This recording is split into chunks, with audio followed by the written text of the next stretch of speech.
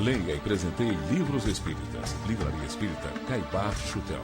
Há mais de 50 anos divulgando a mensagem espírita. Rua Dona Chiquinha de Matos, 321 Centro. Taubaté, telefone 3635-3344. Livraria Espírita Caibar Chutel. Há mais de 50 anos divulgando a mensagem espírita. Rua Dona Chiquinha de Matos, 321 Centro. Taubaté, telefone 3635-3344. Aceitamos cartão de crédito e de débito. Olá, amigos da TV Cidade, no ar, Espiritismo em Flash. Hoje estamos num local diferente do habitual.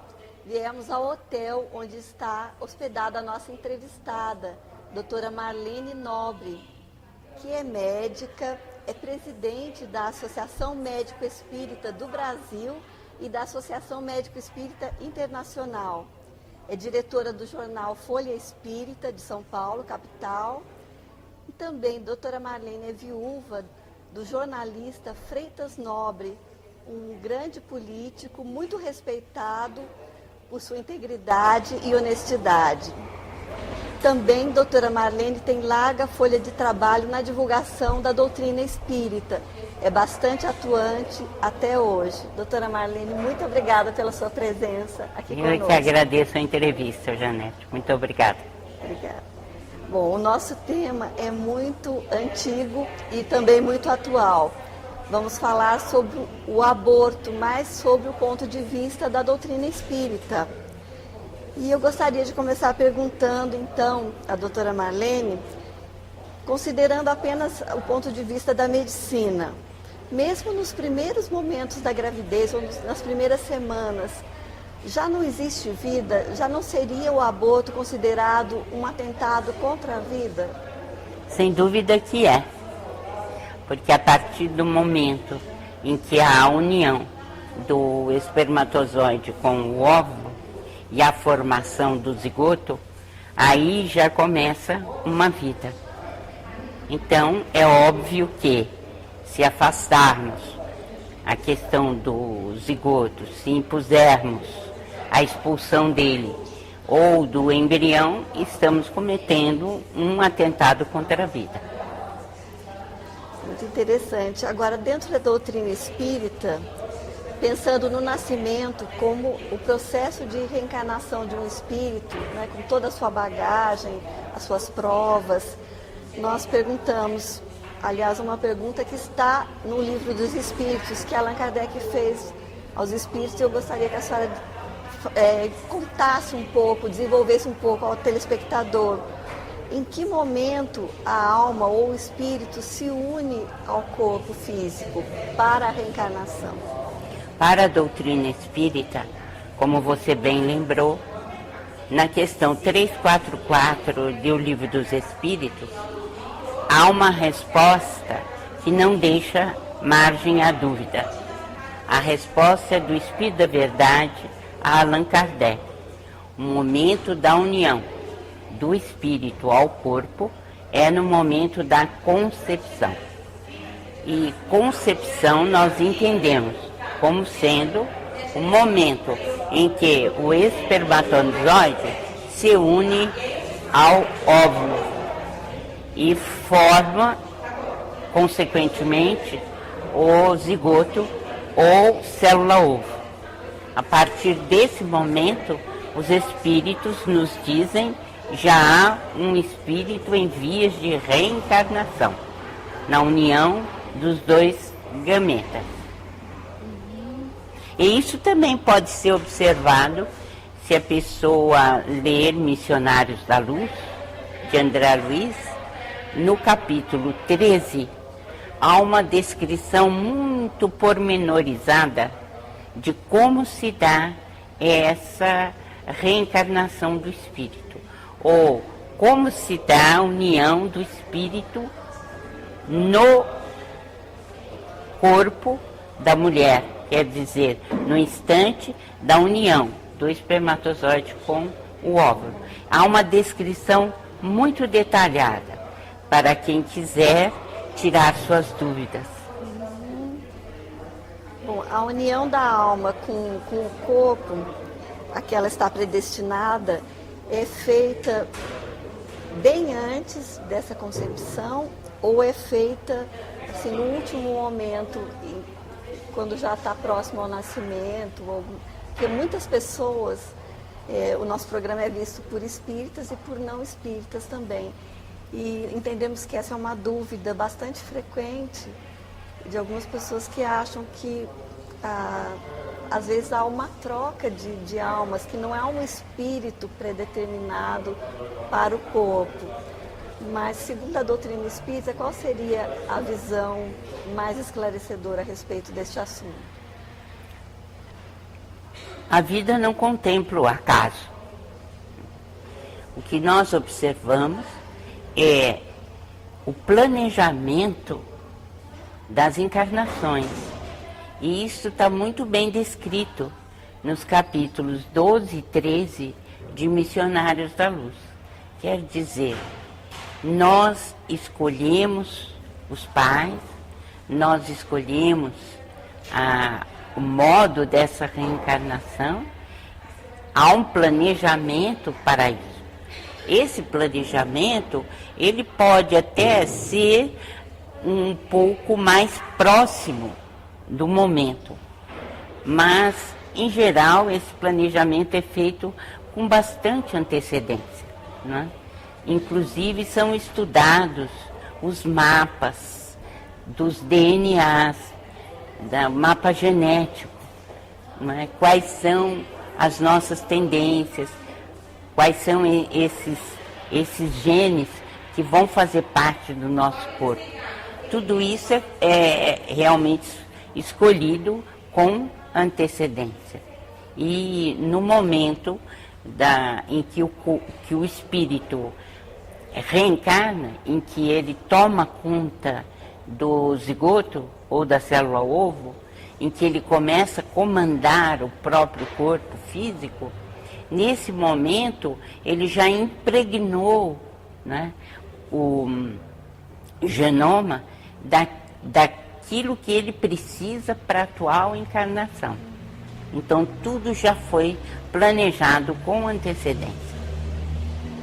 Bom, continuando então nessa linha de raciocínio, se um espírito planeja com tanta antecedência o seu retorno à vida física, se há todo esse preparo, no caso de um aborto provocado, o que acontece com esse espírito? Qual a repercussão desse ato para o caminho evolutivo dele? Aí depende. Se é um espírito de relativa evolução, ele perdoa e aguarda uma nova oportunidade, embora lamentando o tempo perdido. Mas se é um espírito que guarda rancor, né, ódio, ou que cultiva esse estado íntimo de falta de perdão, né, de não aceitação, isso vai repercutir sobre o corpo da mulher e sobre a psicosfera da mulher, sobre a sua aura, sobre a sua vivência. Então, vai depender do espírito que sofreu essa violência, porque, como nós sabemos, o aborto é uma das maiores violências que um ser humano pode sofrer, porque é um ser inocente, com pena de morte, e da qual ele não pode se defender. Então, é uma violência realmente o que ele suporta. E ele precisa de uma certa evolução para poder relevar aquela falta, para poder compreender aquilo que está se passando com ele e poder suplantar a dor e o sofrimento. Muitas pessoas aliviam, anestesiam a própria consciência ao provocar um aborto, achando que o ser ali em formação não recebe os estímulos da dor, né, da angústia, do sofrimento. Mas pelo que a senhora colocou, e eu pediria para desenvolver um pouquinho mais, a senhora falou em suplantar a dor e o sofrimento, quer dizer que mesmo ainda estando no útero em formação, esse pequeno ser vai sentir toda a dor, todo o sofrimento provocado pela expulsão do corpo da mãe? Sim, porque ele tem um sistema de senso-percepção muito atilado, embora ele ainda não possa se expressar, é lógico, como um adulto, né? Mas foi feito um filme, né? O Grito Silencioso, em que no instante final em que a cureta alcança, matando-o, levando-o à morte, ele solta um grito desesperado no silêncio do útero, né? Então, isso nos indica com toda a segurança que ele está apavorado de sofrer esse tipo de violência, né? E hoje nós temos bastante desenvolvido já na medicina, principalmente na década de 1970 para cá, muitos estudos sobre psicologia fetal. E aquilo que se supunha que o feto não teria nenhuma condição de sentir, né, ou de vivenciar, hoje isso está completamente ultrapassado. Isso realmente foi comprovado que o feto ouve, que ele sente e que ele tem inclusive uma memória que ele vai guardar para o resto da vida. Essa memória é uma memória diferente daquela que o adulto tem. É uma memória analógica, mas que ele guarda no íntimo do seu ser. Então, essas pesquisas demonstram claramente que o feto tem uma sensibilidade enorme, né? E tanto assim que ele reage apavorado diante da ameaça da sua vida. Quer dizer, então, que no caso de um aborto que acaba não se consumando, essa criança, posterior adulto, vai guardar essa memória inconsciente, digamos assim, da dor, do trauma. E vai causar sofrimento o resto da vida. Nós temos o caso que aconteceu na Suécia e que está registrado num dos livros principais da psicologia fetal, a vida secreta da criança antes de nascer. E o Dr. Thomas Verny, ele faz o relato de um colega nosso, ele também, Dr. Thomas, é médico, e ele faz o relato de uma criança, o bebê Cristina, que não queria de maneira alguma mamar na mãe. Então, ela atacava todos os leites que havia no berçário, até leite condensado, mas ela não queria saber do leite materno. Quando o obstetra perguntou à mãe por que aquilo ocorria, a mãe ficou em silêncio primeiramente. Depois ela resolveu se abrir. Então ela disse para o obstetra que ela, no início da gravidez, bem no início, ela estava preparada para abortar, né? Ela não queria levar adiante a gravidez. Mas depois ela viu seu marido tão entusiasmado que ela desistiu de provocar o aborto. Então, o médico concluiu, com justa razão, que, de fato, a senhora, né, o seu pensamento e a sua atitude contrária à menina ficou gravada, né, na memória dela, a ponto de ela ter enorme dificuldade de fazer vínculo com a mãe. E assim eu tenho outros casos também que foram colhidos exatamente no estudo do bebê antes de nascer.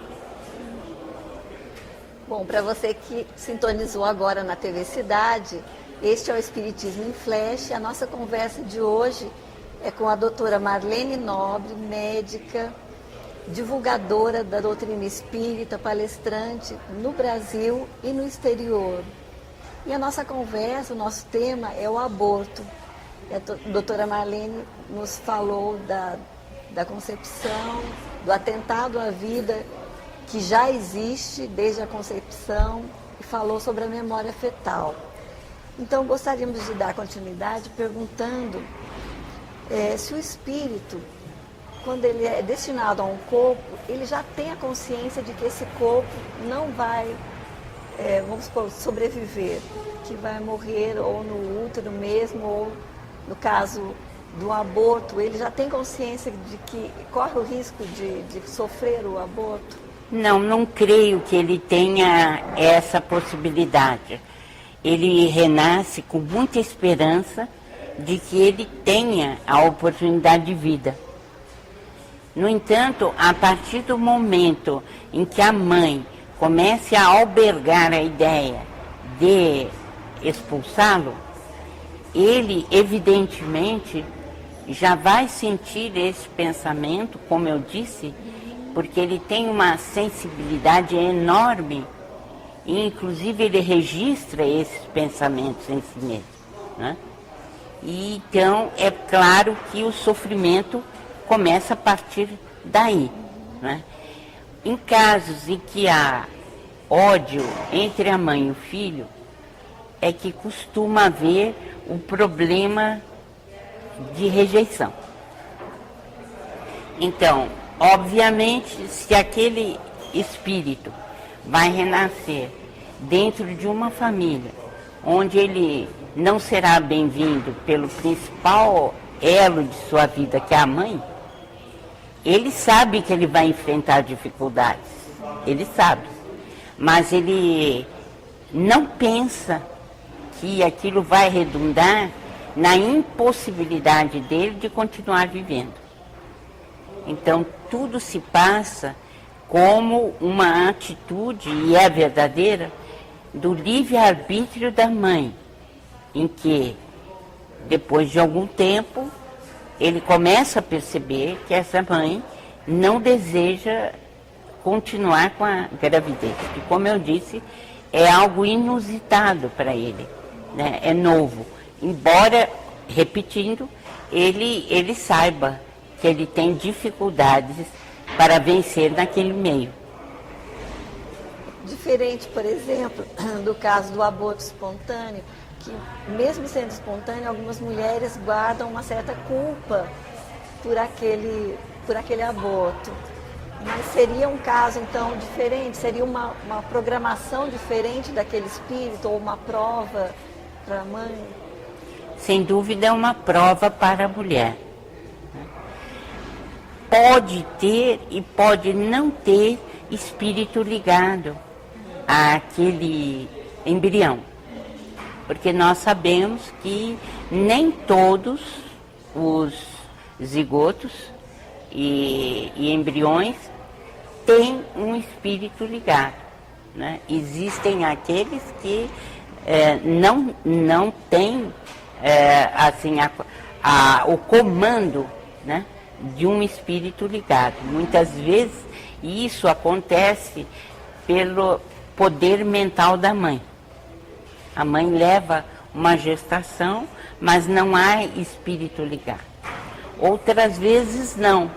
Existe o espírito ligado, mas a mãe não, ela sofre porque a interrupção se dá sem que ela tenha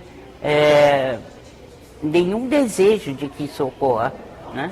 Mas aí está configurada a prova de vidas passadas. Prova para o espírito que não conseguiu a reencarnação e prova para ela que gostaria de levar a reencarnação até o fim e não conseguiu. E isto se dá porque quando o espírito que está reencarnando por exemplo, ele cometeu suicídio em outra vida, ele vê frustrada a próxima encarnação, porque ele não valorizou a vida como deveria. E muitas vezes isso resulta num aborto que é interrompido, mas que não foi intencional, não é? Na sua experiência como médica, já aconteceu algum caso da senhora no consultório receber uma mãe que lhe pediu para interromper a gravidez? Olha, diretamente não, sabe? Porque a minha convicção sempre foi tão forte que as pessoas, principalmente as mulheres, se sentiam inibidas de fazer uma proposta como essa. Mas, muitas vezes, eu fui um árbitro, assim, né, de casos como esse, em que jovens vinham me perguntar, né, que já não tinham forças e não sabiam o que fazer para continuar. Então, com o apoio, com o aconselhamento e o suporte, né, elas conseguiram levar até o fim a gestação. Então, acho que, de uma certa forma, o fato de a gente valorizar sempre a vida, nós fomos encaminhados muitas vezes para a resolução de problemas nessa área. E, felizmente, na maioria dos casos, a gente conseguiu dar um respaldo para que essa mãe levasse até o fim o seu compromisso. Uma coisa que é um argumento que é muito utilizado pelos defensores do aborto é com relação à gravidez proveniente de violência sexual. Nesse caso, como a doutrina espírita poderia esclarecer a esse respeito? Será que nesse caso o aborto é viável, é válido ou há uma outra saída? No caso de violência sexual. No caso de violência sexual. Então, é um assunto delicado, né? A nossa Constituição já considera isso possível. No entanto, nós nos perguntamos se a gente resolve um crime fazendo outro crime. Eu acho que, do ponto de vista espiritual, psicológico, moral, nós devemos responder a essa pergunta. Se realmente aquela criança que está em formação, se ela merece a violência para responder a um problema de outra violência. Então é sempre isso que nós temos que nos perguntar.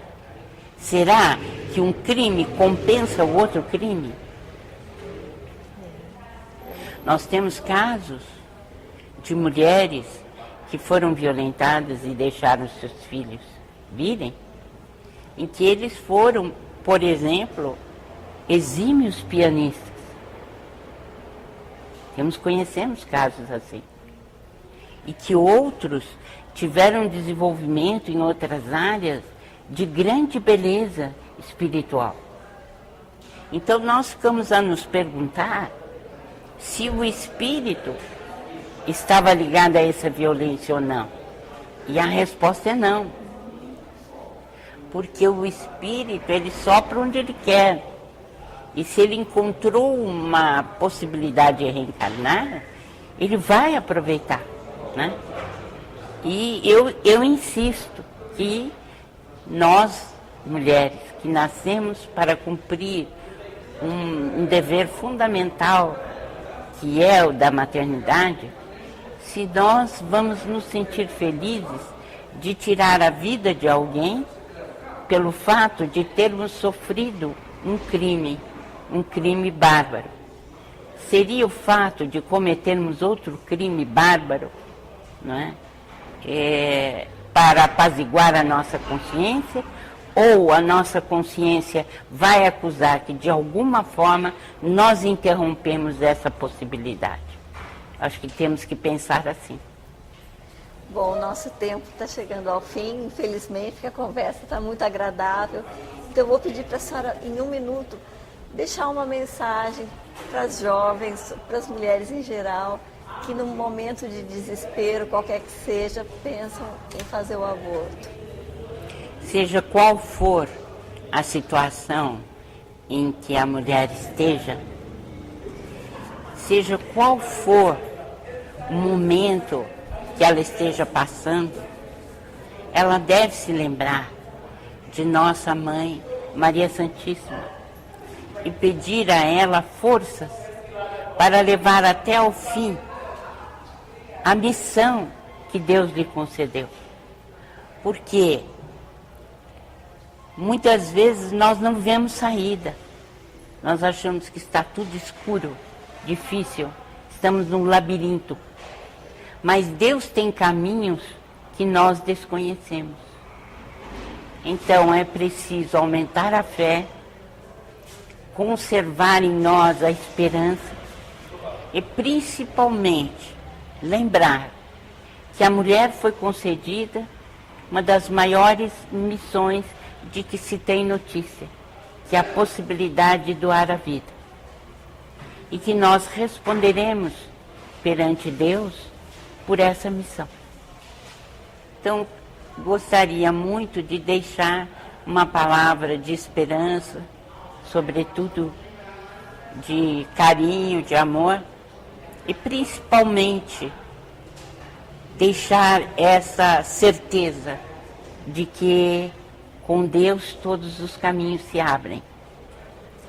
Eu vi muitas mães de seres, de criaturinhas deficientes, e vi tanto amor sendo derramado sobre esse entezinho frágil, deficiente, com tantas dificuldades, que eu me rendo ante a grandeza do coração feminino quando ele coloca o seu amor em favor da humanidade. É isso que eu gostaria de deixar, com um grande abraço. Doutora Marlene, muito obrigada por essa conversa. Falar de vida é falar de amor. Realmente a gente se sente envolvido e acarinhado e aconchegado. Então acho que todos que estão nos assistindo sentiram o mesmo. Muito obrigada mesmo por essa conversa. Eu que agradeço, Janete. Felicidades. Obrigada. E nós agradecemos aos nossos cooperadores, o pessoal do Espaço VIP Coifé, na Rua Jacques Félix, em Taubaté, ao apoio cultural da Livraria Espírita Caibar Schutel, na Rua Chiquinha de Matos, 321, também em Taubaté. Agradecemos principalmente a sua companhia, um grande abraço, muita paz em nossos corações e até o próximo programa. Leia e presenteie livros espíritas. Livraria Espírita Caibar Schutel. Há mais de 50 anos divulgando a mensagem espírita. Rua Dona Chiquinha de Matos, 321 Centro.